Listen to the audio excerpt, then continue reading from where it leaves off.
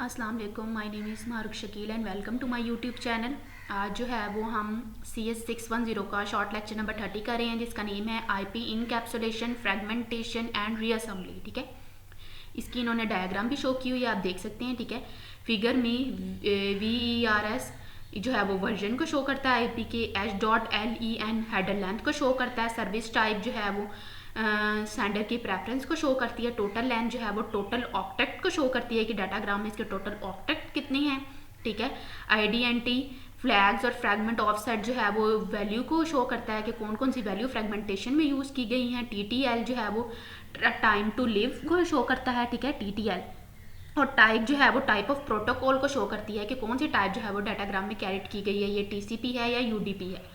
Header checksum जो है वो कॉम्प्लीमेंट ऑफ 1s कॉम्प्लीमेंट सम को शो करता है। ठीक है, ये सारी इन्होंने इन्फॉर्मेशन लिखी हुई है कि ये जो डायग्राम है इसमें जो है वो जो यूज़ किए गए हैं वेरिएबल्स, इसका क्या जो है वो मीनिंग है। IP डाटाग्राम ऑप्शंस कौन कौन सी हैं, सेवरल ऑप्शन जो है वो IP हेडर में ऐड किए गए हैं। ठीक है, इसमें रिकॉर्ड राउट है, सोर्स राउट है और टाइम स्टैम्प है। ठीक है, वो कह रहे हैं कि ऐसा हेडर जिसमें कोई ऑप्शन नहीं है उसकी फील्ड वैल्यू 5 है। ठीक है, और डाटा जो है वो इमीडिएटली जो है वो डेस्टिनेशन IP एड्रेस पे सेंड होना शुरू हो जाता है। ठीक है, अब यहाँ पर डाटाग्राम ट्रांसमिशन एंड फ्रेम्स है, जो IP यानी इंटरनेट प्रोटोकॉल इंटरनेट लेयर है उसके फॉलोइंग टास्क हैं। ये टास्क दिए हुए हैं, दो टास्क। एक टास्क ये है IP इंटरनेट का है और सेकंड जो है वो नेटवर्क इंटरफेस लेयर का है।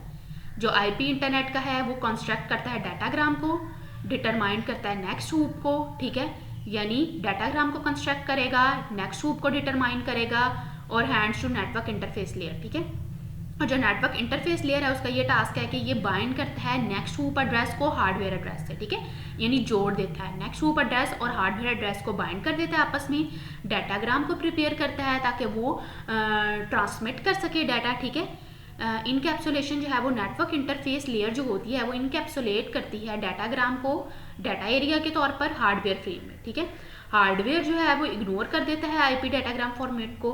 जो स्टैंडर्ड है इनकैप्सुलेशन के वो डिस्क्राइब करते हैं डिटेल्स को। जो स्टैंडर्ड है वो डिफाइन करता है कि IP यानी इंटरनेट प्रोटोकॉल डाटाग्राम की टाइप कौन सी है, ये स्टैंडर्ड डिफाइन करता है।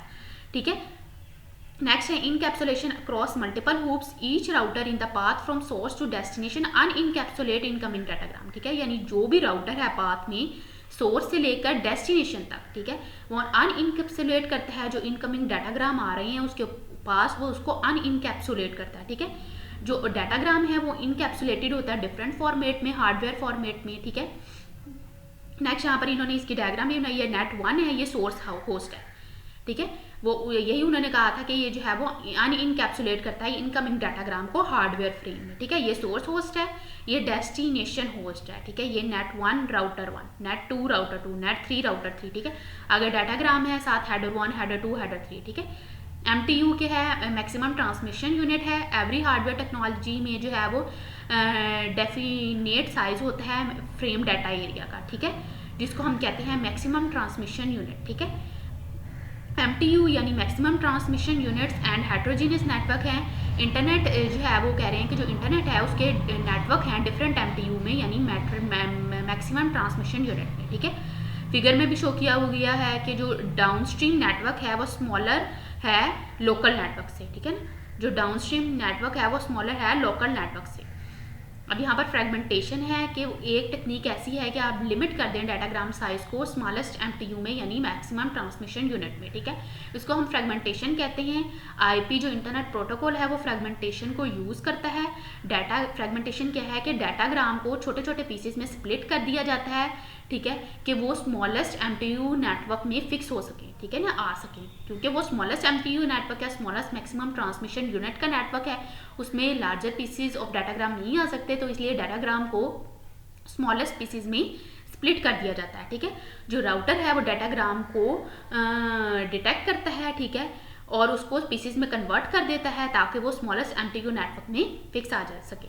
जो ईच फ्रेगमेंट है वो इंडिपेंडेंट डाटाग्राम है। ठीक है, इसमें हेडर फील्ड भी आ जाती हैं। ठीक है, तमाम हेडर फील्ड आ जाती हैं। ठीक है, और जो हेडर है वो इंडिकेट करता है कि डाटाग्राम जो है वो फ्रेगमेंट है। यहाँ पर ये मैंने छोटे से पॉइंट्स लिखे हुए हैं, ये आप देख सकती हैं। ये अगर आप कर ले तो इसका कॉन्सेप्ट आपको क्लियर हो जाएगा। ठीक है। डाटाग्राम रीअसेंबली क्या है कि रिकंस्ट्रक्ट करना ओरिजिनल डाटाग्राम को, उसको रीअसेंबली करता है, ठीक है।